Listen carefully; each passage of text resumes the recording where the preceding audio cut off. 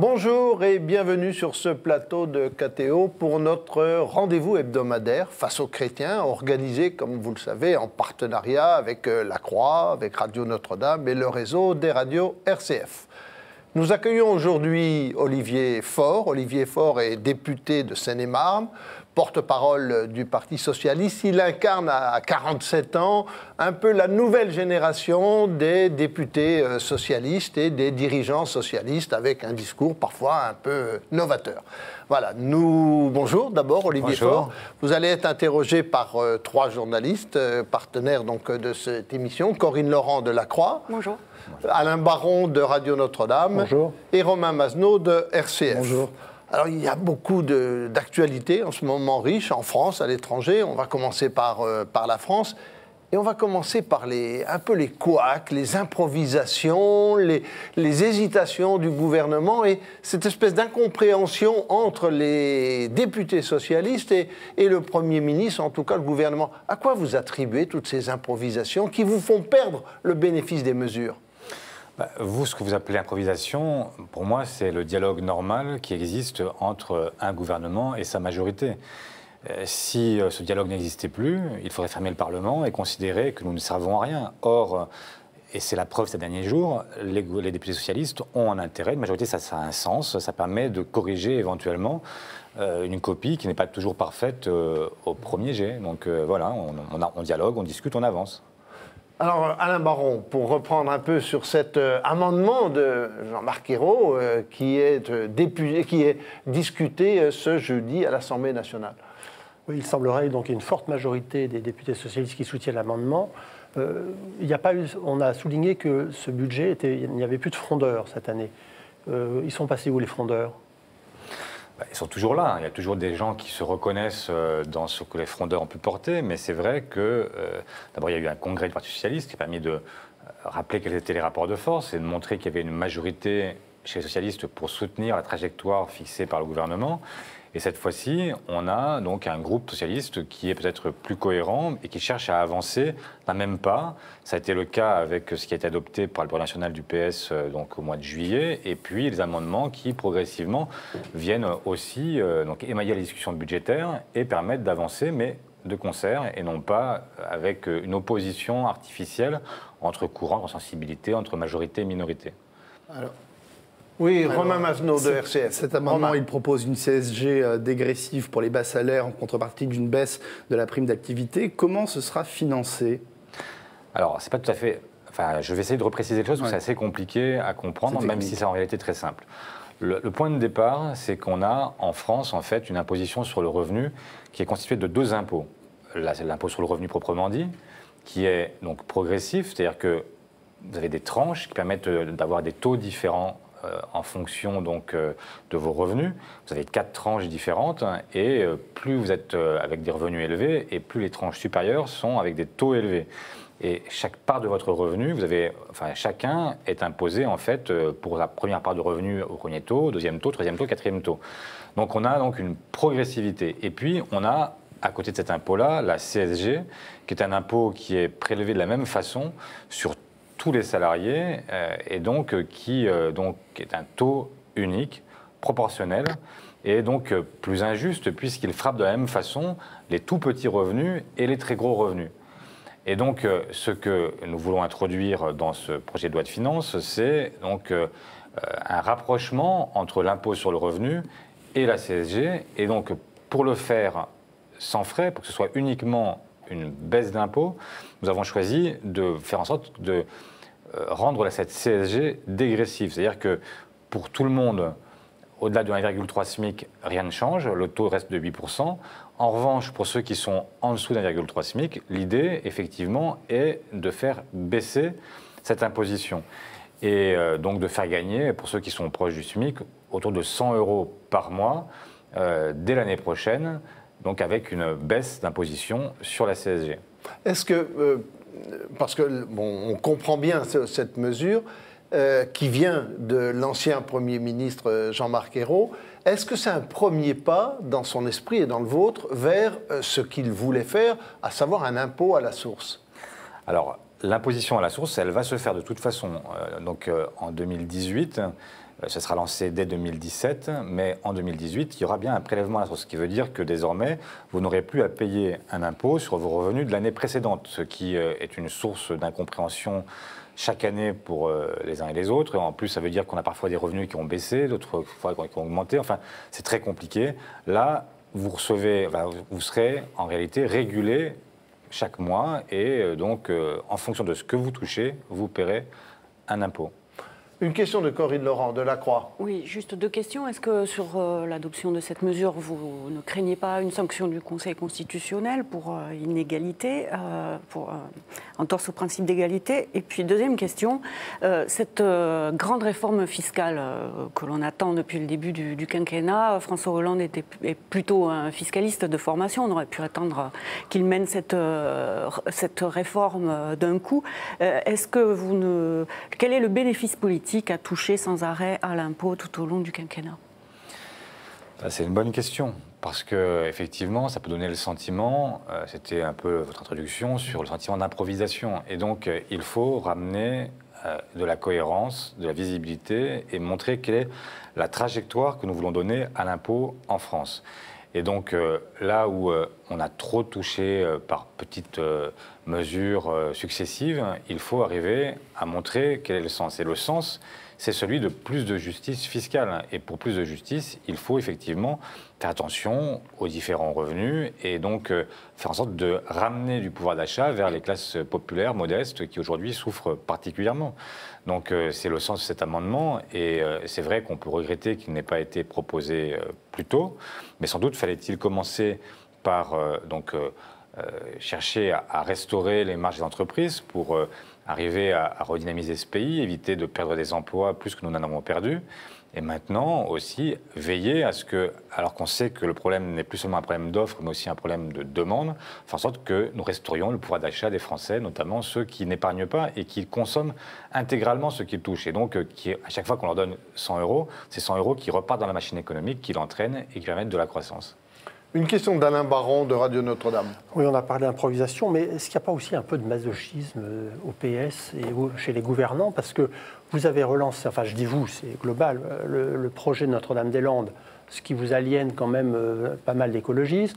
Vous annoncez une réforme du Code du travail, c'est un peu le chiffon rouge par rapport aux syndicats, qui sont quand même souvent vos électeurs. Est-ce qu'il n'y a pas un peu de masochisme, ou alors il y a une stratégie que j'ai du mal à saisir? Je ne crois pas qu'il y ait de volonté masochiste, mais une volonté de faire de faire ce que l'on doit et d'avoir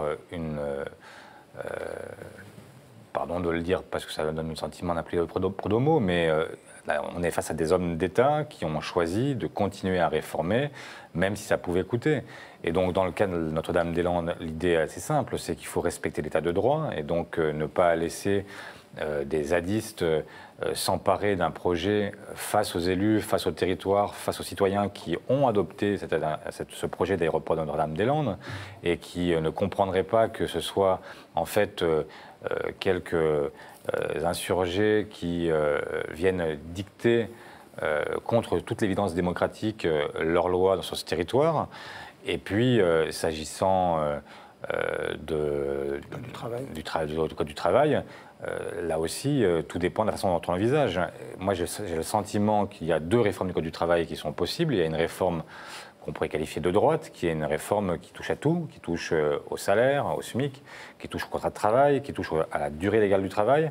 Et puis, il y a une réforme de gauche qui ne touche pas à ces trois points, ce qui a été déjà acté et rendu public par le Premier ministre, et en même temps qui cherche à simplifier des règles devenues obscures, et tout ça se faisant sous l'égide de Robert Badinter, qui n'est pas le plus à droite de ce pays, et dont on peut considérer que le livre qu'il a écrit avec Antoine Lyon-Caen est un livre qui pose les bases d'une bonne réforme du Code du travail, c'est-à-dire simplification. Il a, lui, résumé en 20 grands principes le Code du travail. Alors peut-être qu'il y en aura 25, peut-être qu'il y en aura 30, peu importe, mais l'idée, c'est d'arriver à faire en sorte que ces droits soient connus autant des employeurs que des salariés, les uns pour pouvoir les anticiper, les autres pour se défendre. Et donc, c'est plutôt une opération qui peut se révéler gagnante. Personne ne gagne au fait que le droit devienne obscur et soit simplement l'apanage de quelques juristes.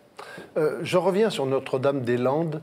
Vous croyez vraiment réussir dans cette opération, alors que vous avez y compris une ministre de l'écologie qui n'y est pas favorable, pas la moindre, puisqu'il s'agit de Ségolène Royal. Vous avez vos partenaires qui ne sont pas favorables, et on voit bien que c'est un dossier extrêmement délicat. Vous, personnellement, vous pensez pouvoir y arriver ?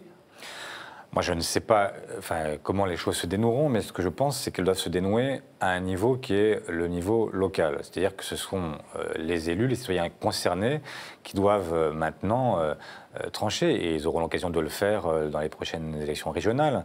On verra bien quelles sont les listes qui ont la faveur des citoyens, celles qui prônent l'abandon ou celles qui prônent au contraire le maintien de ce projet. Et donc, on n'est pas toujours obligé de tout ramener au niveau national. Il y a des sujets qui sont des sujets d'intérêt local. Et moi, je crois qu'il a été beaucoup question de cet aéroport depuis de nombreuses années, que ce projet est un projet qui n'a pas les défauts qu'on lui prête très souvent, qu'à chaque fois qu'il y a destruction de l'environnement, il y a obligation de reconstitution de l'équivalent ailleurs. Donc, on est sur un projet qui est plutôt sain sur le plan environnemental et sain sur le plan économique, puisqu'il s'agit de développer les échanges avec une région qui est une région qui cherche à sa prospérité et qui cherche à continuer son développement, comme c'est le cas depuis plus de 20 ans. Une question de Romain Masneau de RCF. Romain. Les deux grands thèmes qu'avait martelé François Hollande pendant sa campagne de 2012 et même avant en 2011 pendant la campagne des primaires socialistes, c'était la fiscalité, on en a parlé, et aussi les jeunes. Or, pour les chômeurs de moins de 25 ans, il y en a 100 000 de plus depuis 2012. Comment vous expliquez cet échec? Est-ce qu'il est encore temps de redresser la barre et comment? Alors, c'est vrai que c'était l'un des grands objectifs, et ça reste un des grands objectifs de ce quinquennat. Mais là où vous avez raison de rappeler des chiffres qui sont malheureusement encore très mauvais, il faut aussi rappeler que s'il y a bien une catégorie où le chômage baisse, c'est celui des jeunes, et de manière continue depuis maintenant. Grâce aux contrats aidés ?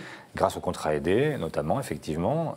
Mais s'il n'existait pas, que se passerait-il? Et les contrats aidés, c'est un premier pas dans l'emploi, une expérience qu'on acquiert, et la possibilité ensuite de passez-moi l'expression, de la revendre à l'employeur ultérieur, en montrant qu'on sait faire, qu'on a su s'adapter à un environnement de travail, qu'on a pu rentrer dans l'emploi et qu'on a une première expérience qui était une expérience réussie. Bon, maintenant, est-ce que ça suffit? L'évidence, c'est que non. Mais en même temps, il faut aussi regarder à la fois d'où l'on part et ce qu'on veut arriver. Quand on regarde ce qui est entrepris depuis le début de ce quinquennat, notamment dans le domaine éducatif, il faudrait en parler pendant une émission entière, mais quand même, on a cherché une révolution globale du monde de l'éducation en partant du très jeune âge et en allant jusqu'au collège, puisque vous savez que la réforme du collège entrera en application à la rentrée prochaine. Et donc, on est dans une histoire qui s'écrit sur chaque cycle et où dans chaque cycle, on cherche à faire en sorte de tirer vers le haut des générations entières et ne pas faire le choix d'une petite élite qu'il faut maintenir, et elle sera maintenue. Il restera toujours des élèves plus capables et qui ont plus de talent que les autres, mais chercher à massifier, à tirer vers le haut le plus grand nombre d'élèves vers l'enseignement supérieur, parce que nous en avons besoin tout simplement, parce que si nous voulons gagner notre place, ou maintenir notre place dans la compétition mondiale, cela suppose d'avoir non pas une élite étroite, mais d'avoir une élite plus large, parce que vous le voyez bien, les Indiens, les Brésiliens, les Chinois, etc., ils forment les ingénieurs. L'idée élevée par le haut, mais la critique qu'on a faite au gouvernement justement sur l'éducation, c'était plutôt le nivellement vers le bas, justement. Oui, mais c'est une critique injuste, parce que c'est absolument l'inverse de ce que nous voulons faire, et c'est pas ce qui se produira. Le problème du nivellement par le bas, c'est le problème du système actuel. Quand vous avez en fait les études, les évaluations PISA qui font apparaître le fait que l'école française est de plus en plus inégalitaire et qu'elle donc produit de moins en moins de jeunes, toutes catégories sociales bien formées, c'est un problème.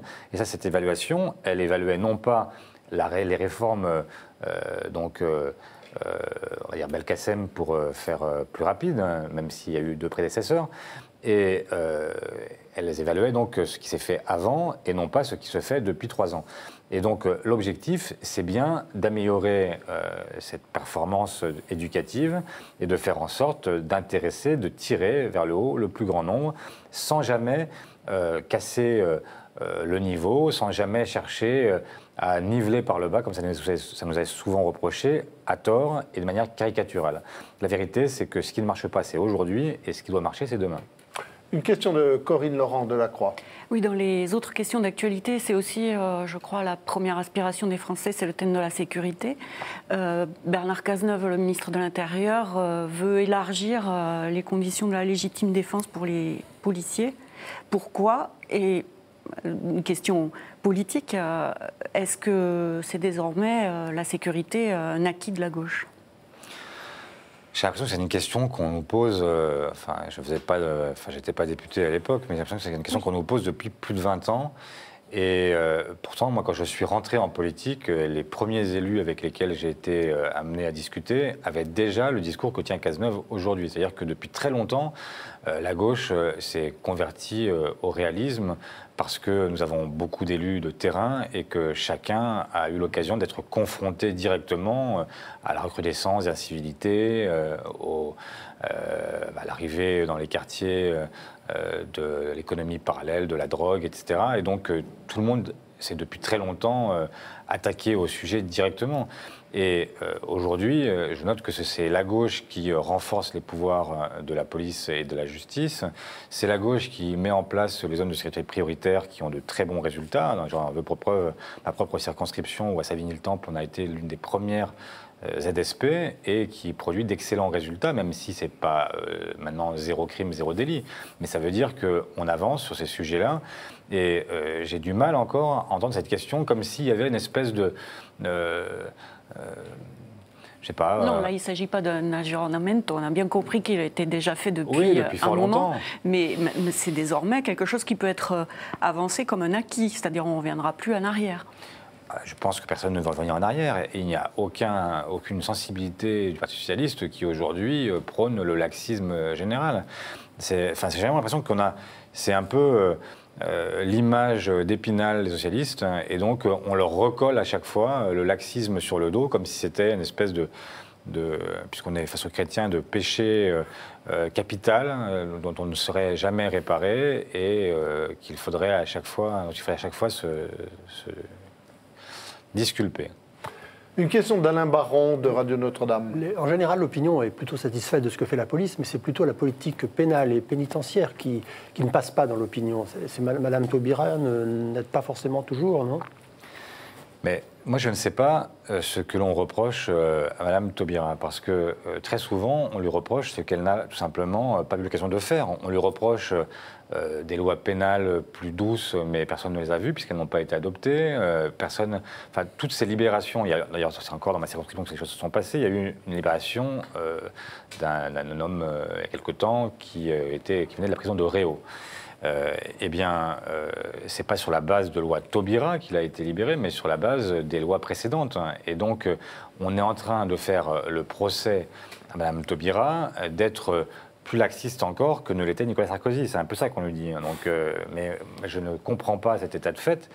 Et j'aimerais surtout qu'un jour, on prenne la question pénale plus au sérieux, parce qu'on est dans une situation où on est en permanence à agiter un espèce de drapeau répressif, comme s'il permettait de guérir la société de ses maux. En réalité, on sait très bien que, malheureusement, pour une part des détenus, la prison est aussi l'école de la récidive. Et donc, pour les petits délits, pourquoi les juges cherchent à éviter parfois la prison ? C'est tout simplement parce qu'ils ont le sentiment que celui qui a volé un œuf finira par voler un bœuf. Et donc, il faut pas faire preuve de naïveté, il faut condamner, mais il faut trouver aussi des peines de substitution qui sont parfois plus intelligentes.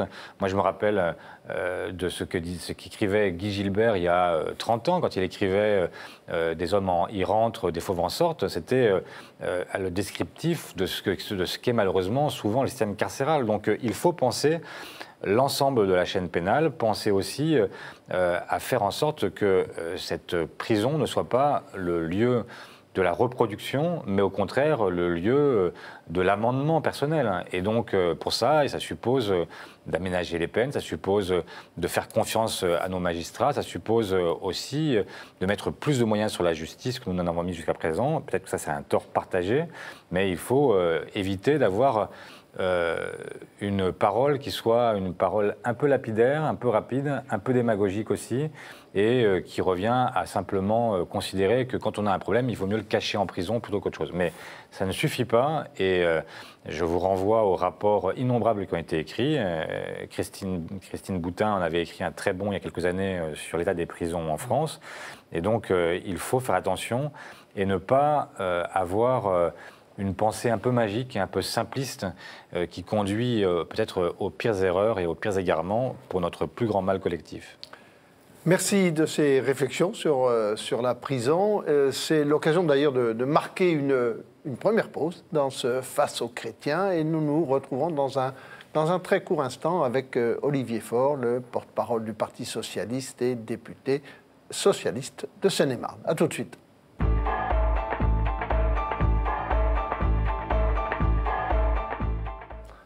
On se retrouve pour cette deuxième partie du Face aux chrétiens avec pour invité aujourd'hui Olivier Faure, député de Seine-et-Marne, porte-parole du Parti socialiste. Il est interrogé par trois journalistes partenaires de cette émission, Corinne Laurent de La Croix, Alain Baron de Radio Notre-Dame et Romain Masneau de RCF. Alors, nous allons parler, Olivier Faure, des régionales. En ce moment, les sondages ne donnent pas une avancée et même un recul pour le Parti socialiste. Qu'est-ce que vous voulez sauver? Quelles sont au moins les 2 ou 3 régions que vous pouvez sauver actuellement? Quel est votre pronostic? Mais d'abord, moi, je ne pronostique rien. Je me bats pour que, en fait, on ait le maximum de régions qui restent à gauche. C'est vrai qu'on part de très haut, puisqu'elles sont presque toutes à gauche, sauf l'Alsace. Et donc, il faut demain, effectivement, considérer que, la gauche étant dans l'état dans lequel elle est, on peut difficilement imaginer qu'elle se trouve avec 99% des régions. Mais il n'y a aucune région perdue d'avance, et je me mets en garde contre les sondages qui systématiquement se trompent. À chaque échéance, on finit par dire « Ah, les sondages se sont trompés », mais tout simplement parce que les sondages, c'est une photo à un moment donné, c'est pas l'élection, et ce qu'il faut attendre maintenant, ce sont les électeurs qui auront, eux, un message à nous adresser au soir du 6 décembre. Alors, j'avais quand même une question supplémentaire. Sur quels arguments vous allez vous battre? Et quelle est la différence aujourd'hui entre une région gérée par la gauche et une région gérée par la droite? On ne la voit pas spontanément, cette différence. On ne la voit pas parce qu'il y a peu de régions dirigées par la droite. Donc évidemment, on n'a pas ce comparatif. Voilà. Mais ce qui est vrai, ce qu'on voit apparaître dans les programmes que développent nos concurrents, ce sont des régions qui ne font pas les mêmes choix et qui ne sont pas aussi... présente dans le domaine des services publics des transports, par exemple. Et je pense à l'Île-de-France, où cette question est une question majeure. Je pense que dans le domaine de la formation, quand on voit ce que les départements qui sont passés à droite il y a un an font aujourd'hui, on voit bien qu'à chaque fois, ce sont des réductions sur des programmes en direction des élèves, sur l'équipement numérique, sur l'accompagnement, notamment transport scolaire, sur les tarifs dégressif sur la cantine aussi. Enfin, on voit bien qu'il y a un certain nombre de choix qui sont faits, qui sont des choix qui correspondent davantage à une vision qui est une vision libérale. Et donc, moins d'accompagnement, moins de volontarisme aussi dans le domaine notamment développement économique, formation professionnelle, éducation, ce qui est transport, ce qui est regrettable. Une question de Romain Masneau de RCF. Le redécoupage des régions, ça a servi à quoi? Parce que finalement, on voit que les départements sont toujours là, ça fera sans doute pas autant d'économies que ce qui était annoncé au début. Et puis est-ce que les Français vont se retrouver dans ces grands ensembles qui vont d'Épernay à Strasbourg ou de Poitiers à Biarritz? Enfin, si l'abstention est forte les 6 et 13 décembre, est-ce que ce ne sera pas imputable aussi à ce redécoupage un peu étrange? Bon, je ne crois pas que ce soit... Enfin, l'abstention, malheureusement, elle est toujours forte, s'agissant des régionales, trop forte. Mais à quoi ça sert? En fait, on a besoin de régions qui soient des régions avec une taille critique suffisante pour pouvoir faire... avoir la masse critique qui permette de lutter, d'être en concurrence, en compétition avec d'autres régions européennes, par exemple. Et donc, là où on avait des régions qui étaient plus réduites autrefois, mais qui étaient liées aussi au mode de déplacement, au transport, quand on se rappelle que les départements, ils étaient en fait à une journée de cheval de la préfecture. Bon, aujourd'hui, on n'a plus de cheval et on peut en réalité traverser la France en une journée en voiture. Donc, il faut aussi prendre la mesure du temps dans lequel nous sommes et donc éviter le morcellement. On est quand même ce pays où on a, et c'est vous qui le regrettez à l'instant en disant qu'on a encore gardé des départements, mais c'est vrai que nous avons des communes, des intercommunalités, des départements, des régions, un parlement, enfin bon, ça finit par être effectivement un peu trop. Et moi, ce que je souhaite, c'est que progressivement, parce qu'il ne faut pas faire les choses de manière brutale, autrement on sait bien que ça crée de la résistance, mais il faut arriver à faire passer l'idée que progressivement, et notamment les départements, seront remplacés par de grandes intercommunalités qui auront une vocation à développer les politiques de proximité, là où les régions auront davantage de vision sur le développement économique, sur le développement des infrastructures, notamment de transport, et qu'elles pourront donc être des stratèges, là où les intercommunalités sont plutôt les accompagnateurs de proximité sur les politiques sociales, sur la culture, sur un certain nombre de sujets qui permettent qui ont besoin de proximité avec les citoyens. Une question de Corinne Laurent, de La Croix. Oui, sur le plan stratégique, on aimerait bien y voir plus clair. Peut-être vous allez pouvoir nous aider. Qu'est-ce que vise le Premier ministre Manuel Valls quand il fait savoir qu'il faudrait, dans un cas où le Front National pourrait prendre une région, peut-être fusionner les listes des Républicains, le parti et les Républicains du PS, ou suivre la stratégie de M. Cambadélis qui explique qu'on verra au soir du premier tour peut-être des listes de gauche ensemble seront en tête devant la droite. Qui on doit suivre là ? Il y en a un que vous avez peut-être entendu vous, mais moi je ne l'ai pas entendu. C'est des paroles qui sont des paroles non publiques, hein, donc c'est peut-être l'état de sa réflexion. Mais ce n'est pas du tout une annonce qu'il a pu faire. Donc moi, je suis absolument contre l'idée de fusion de listes entre le PS et l'ex-UMP, entre le premier et le second tour. Ce serait accréditer l'idée qu'il existe une UMPS. Et si nous devions fusionner, ce serait pour mener quelle politique, derrière quel président, pendant combien de temps. Tout ça ne me paraît pas solide et ne me paraît pas tenir la route. Ce qui me paraît en revanche relever de l'expérience, c'est que les socialistes n'ont jamais été absents du rendez-vous avec la République lors des premiers tours, quand ils étaient moins bien placés qu'un autre républicain. Voilà. Mais je ne veux pas en dire plus parce qu'effectivement, il y a aujourd'hui une campagne électorale et se placer uniquement dans cet exercice qui est de dire à chaque fois, voilà, si on n'est pas suffisamment bien placé, qu'est-ce qu'on fera, etc., on finit par laisser penser que la gauche est uniquement la roue de secours de la droite. Alors qu'en réalité, il y a deux régions dans lesquelles la question du Front National est posée. C'est-à-dire que dans toutes les autres, cette question n'est pas posée. La question, c'est celle du rapport gauche-droite. Qui dirigera demain la Bretagne, les Pays de la Loire, la région Centre, la région Île-de-France, etc. Enfin, je ne vais pas toutes les faire. Mais ça pour vous dire qu'il ne faut pas non plus, et c'est le travers médiatique, c'est qu'on a focalisé uniquement sur deux régions parce qu'elles sont plus spectaculaires et on est en train de tout dramatiser à partir de là et on laisse penser que l'enjeu serait simplement de savoir si le Front National va être gagnant de cette élection ou pas. C'est pas ça l'enjeu. L'enjeu, il est plus large et c'est qui dirigera nos régions demain. Et donc, voilà, on se posera cette question-là au soir du premier tour et vous avez une garantie. Ça, celle-là, elle vous a été donnée par le Premier ministre comme par le Premier secrétaire du Parti Socialiste, c'est que les socialistes seront au rendez-vous de la République. Ils l'ont toujours été, ils le seront encore. Une question d'Alain Baron de Radio Notre-Dame. Alain. On voit très souvent dans la presse des commentaires sur la campagne où on voit les candidats socialistes de gauche ou même les candidats de droite s'arracher les cheveux sur le thème nous on fait campagne et le Front National ne fait pas campagne et pourtant ils grimpent dans les sondages. Alors je sais bien que les sondages, il faut les prendre avec des pincettes, mais comment vous expliquez ça ? Les Français ne sont pas totalement non plus stupides. Comment vous expliquez ce paradoxe ? Ce n'est pas un paradoxe, c'est d'abord le sentiment malheureux que les politiques qui viennent et qui font campagne ne font pas toujours ce qu'ils disent. Et donc, il y a une attention plus faible portée aux projets, aux programmes qui sont portés par les uns et par les autres. Et ça suppose une responsabilité collective. C'est-à-dire que plutôt que de promettre tout et n'importe quoi, il faut que chacun s'astreigne à des projets qui soient tenables. Et puis ensuite, il y a effectivement une période qui est plutôt propice aux idées que je ne qualifierais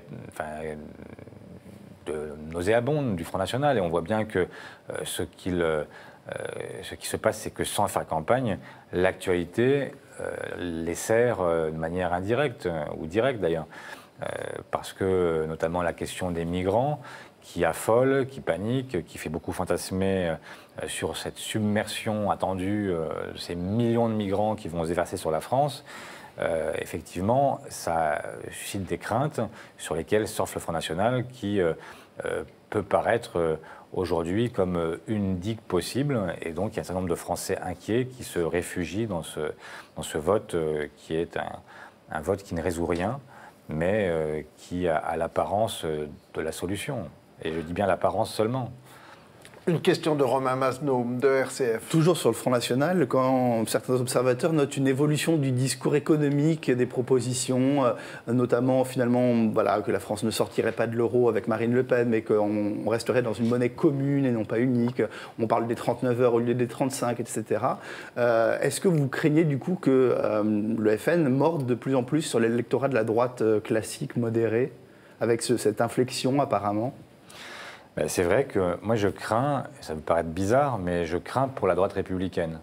Parce que je vois bien le processus qui est engagé avec une extrême droite qui n'a cessé de chercher à se banaliser et donc à se fondre dans le paysage de la droite française, et une droite classique qui n'a cessé de se droitiser de peur de voir une partie de son électorat lui échapper. Et donc, on a une espèce de convergence progressive qui se crée et qui est dramatique parce qu'elle crée ce bloc réactionnaire auquel faisait allusion Jean-Christophe Cambadélis et qui peut être un poison pour la démocratie française parce qu'elle conduit une partie de la droite classique républicaine à épouser progressivement des théories qui n'ont jamais été les siennes et qu'elle a toujours récusées jusqu'ici. Et donc, il y a effectivement un appel au sursaut. Et moi, ce que j'espère, c'est qu'effectivement, il y aura des hommes et des femmes à droite pour s'élever contre cela.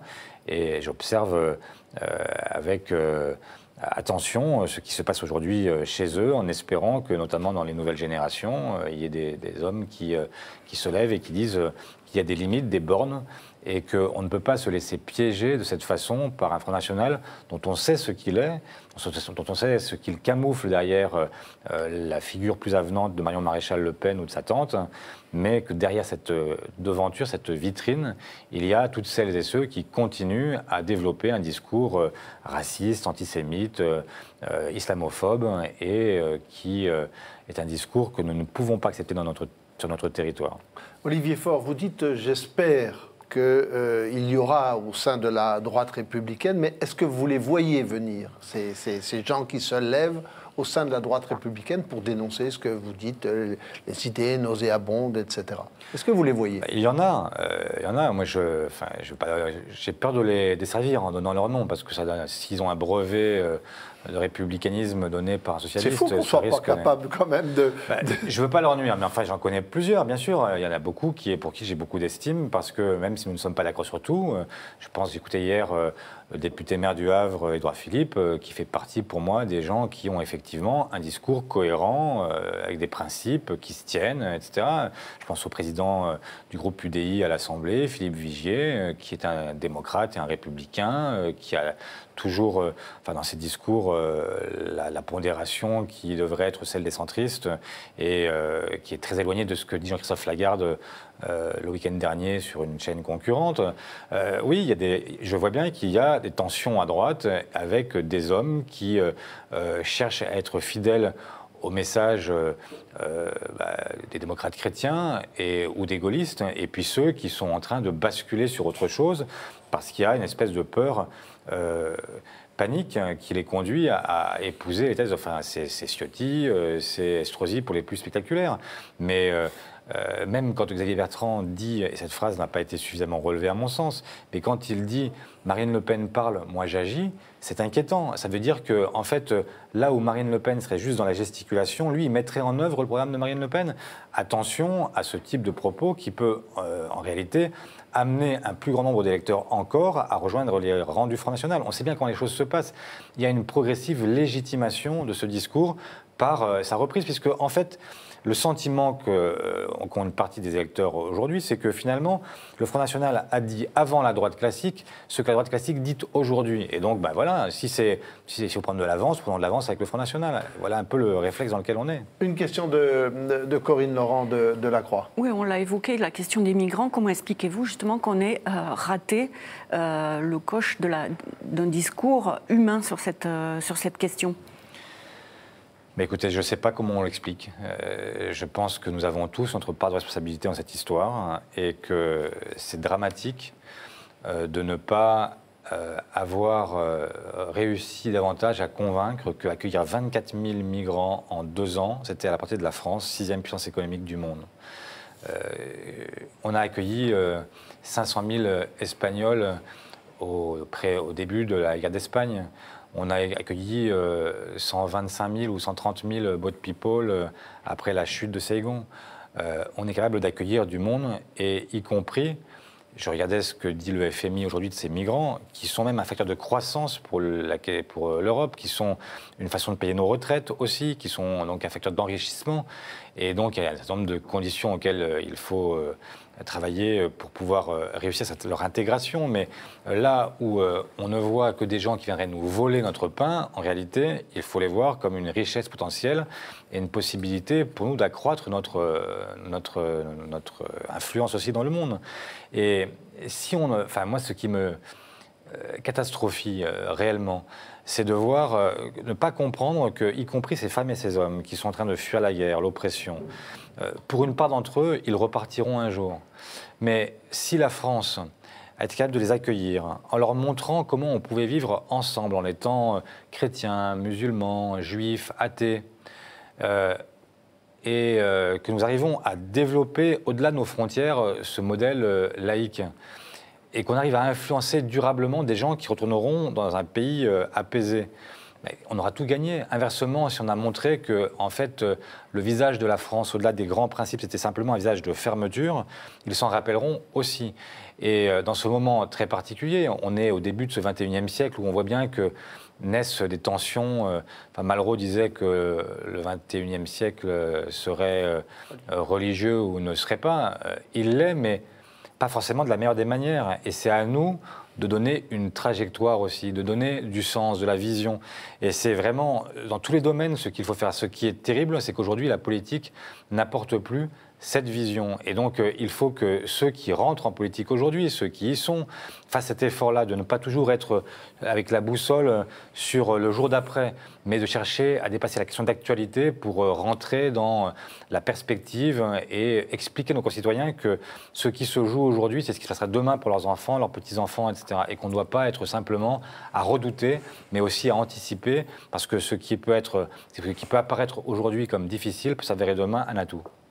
Merci de ces réflexions sur l'immigration. C'est pour nous l'occasion de marquer une deuxième pause dans ce Face aux chrétiens avec notre invité, Olivier Faure, porte-parole du Parti socialiste et député de Seine-et-Marne.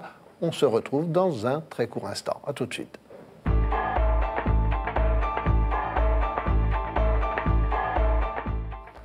Troisième partie de ce Face aux chrétiens avec pour invité Olivier Faure, député de Seine-et-Marne, porte-parole du Parti socialiste. Il est interrogé par 3 journalistes partenaires de cette émission, Corinne Laurent de La Croix, Alain Baron de Radio Notre-Dame et Romain Mazenot de RCF, du réseau RCF. Alors, nous allons parler, Olivier Faure, d'écologie, de la COP21, des transports aussi, parce que vous êtes un spécialiste des transports. On voit le président François Hollande se mobiliser. On se demande s'il en fait pas un peu trop. Parfois, il est partout et c'est maintenant son unique préoccupation, apparemment, alors qu'il n'a pas les choses en main. Il ne prend pas un risque, là ? Il faut prendre des risques. Il faut prendre des risques parce que le plus gros risque en réalité, c'est que la fin de ce siècle ne soit catastrophique. Pour l'instant, ça paraît... Enfin, évidemment, si on dit aux gens que quand ils habiteront Paris dans 50 ans, ils auront le climat de Toulouse, ils peuvent se dire, finalement, c'est pas mal.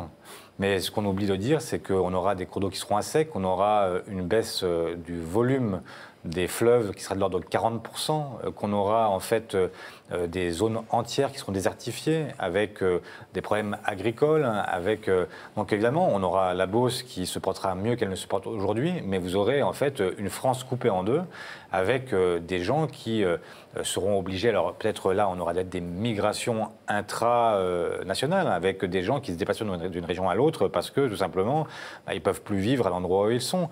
Et donc ça a des conséquences catastrophiques et ça mérite effectivement qu'on se mobilise, même si c'est difficile, même si c'est compliqué, même s'il y a une prise de risque politique, son devoir c'est effectivement d'y aller sans réserve. Une question de Corinne Laurent de La Croix. Oui. 80 chefs d'État, je crois, vont venir pour cette conférence climat qui ouvrira à Paris le 30 novembre. Quel est le bénéfice politique que François Hollande peut tirer si c'est une réussite et que se passera-t-il si c'est un échec ou un relatif échec ? Vous voyez comme vous êtes. C'est tout de suite la question de bénéfice ou pas sur le plan politique. Moi, je vais vous dire une chose, c'est que je crois que ça fait bien longtemps que les Français n'accordent plus leur confiance sur un événement, une réussite ou un échec. Et ils jugent une politique de manière globale. Et donc, à la fin de ce quinquennat, ils jugeront François Hollande sur l'ensemble de ses résultats, COP21 comprise, mais pas exclusivement là-dessus. Et je n'attends absolument rien sur le plan électoral d'une réussite ou d'un échec. Ce que je sais, c'est par contre qu'un échec à nouveau de cette COP, qui est la 21e du genre, serait une catastrophe pour le monde, pour les raisons que je viens d'indiquer. Une question d'Alain Baron, de Radio Notre-Dame. Oui, une question qui peut paraître anecdotique, mais on reste dans le dossier climatique. Et ce n'est pas une question corporatiste, mais est-ce que vous trouvez normal qu'une grande chaîne de télévision publique licencie un journaliste qui a osé émettre des doutes sur l'utilité de la COP21 et sur ces dossiers? C'est pas tout... Oui, j'allais vous laisser répondre, mais je n'ai pas l'impression que ce soit exactement ça le sujet. Pas la seule raison, disons, voilà. Moi, il me semble que la liberté doit être totale d'expression. Et évidemment, on peut contester, et d'ailleurs c'est le cas. Nombreux sont ceux qui, les années précédentes, ont contesté l'idée du réchauffement climatique. Aujourd'hui, on peut dire qu'ils sont moins nombreux parce que l'évidence s'est malheureusement affirmée. Mais donc, sur la question de principe, est-ce qu'on peut tout dire? On peut tout dire, y compris sur le service public, bien sûr. Maintenant, j'ai l'impression que la sanction ne relevait pas exclusivement de la question de la liberté d'expression. Mais je peux me tromper, je ne suis pas à France 2. Une question de Romain Mazneau de RCF. Toujours à propos d'écologie, après l'affaire Volkswagen, le gouvernement a annoncé la hausse de la fiscalité sur le diesel d'1 centime par litre et la baisse symétrique sur la fiscalité sur l'essence.